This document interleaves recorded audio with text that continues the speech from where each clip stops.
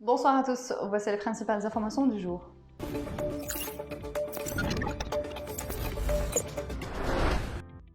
Le procureur de la République près le tribunal de Sidi Mohamed Alger a requis ce mardi une peine de 20 ans de prison ferme assortie d'une amende de 2 millions de dinars à l'encontre de l'ancien ministre de l'énergie Chekib Khalil. Une peine de 10 ans de prison ferme et une amende d'1 million de dinars ont été requises contre l'ancien PDG de la Sonatrach, Mohamed Meziane, et son adjoint Abdelhafid Ferrouli. Les accusés sont poursuivis pour des délits liés à la dilapidation de deniers publics, notamment pour la réalisation du complexe gazier d'Arzeu en 2008, lors duquel le groupe italien Saipem a été privilégié au détriment de la société émiratie Petrofac qui avait pourtant présenté une meilleure offre. Les nouvelles mesures relatives au code de la route consistant en l'annulation des procédures de suspension et de retrait du permis de conduire et l'application d'amendes forfaitaires aux contrevenants sont entrées en vigueur à compter de ce mardi.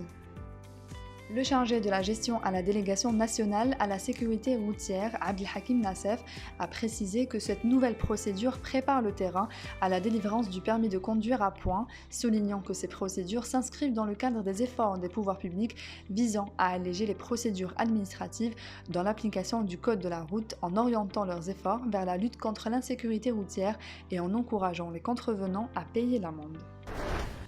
Le ministre de la Santé, Abdelrahman Ben Bouzid, s'est félicité de la stabilisation de la situation épidémiologique liée au Covid-19, saluant les efforts déployés par les directeurs de la santé des wilayas, indique ce mardi un communiqué du ministère. Le ministre a également plaidé en faveur de l'amélioration des prestations de proximité fournies aux citoyens par l'augmentation des structures sanitaires de proximité dotées de diverses spécialités importantes pour épargner aux citoyens la contrainte des déplacements vers les établissements et centres hospitaliers et leur assurer une prise en charge au niveau des établissements publics de santé de proximité. Le profil de l'agriculteur algérien montre que la moyenne d'âge se situe entre 60 et 80 ans. Or, en parallèle, les grandes écoles d'agriculture forment des ingénieurs par centaines, déplore ce mardi matin Ali Benasri, président de l'Association nationale des exportateurs algériens. L'Algérie a exporté pour seulement 100 millions de dollars de produits agricoles, avec en tête la date pour 72 millions de dollars et environ 20 millions de dollars de caroube et de ses dérivés, détaille l'expert. Selon lui, il faut encourager l'entrepreneuriat des jeunes diplômés en agronomie et injecter cette force dans le secteur qui est sous-qualifié. Des perturbations dans la circulation des trains de la banlieue en partance d'Alger et les trains de grande ligne ont été enregistrés ce mardi, a annoncé la Société nationale des transports ferroviaires dans un communiqué. Cette perturbation est intervenue suite à un arrêt de travail sans préavis qui a été déclenché ce matin à 5 heures par des conducteurs de trains de la région d'Alger, a-t-elle expliqué.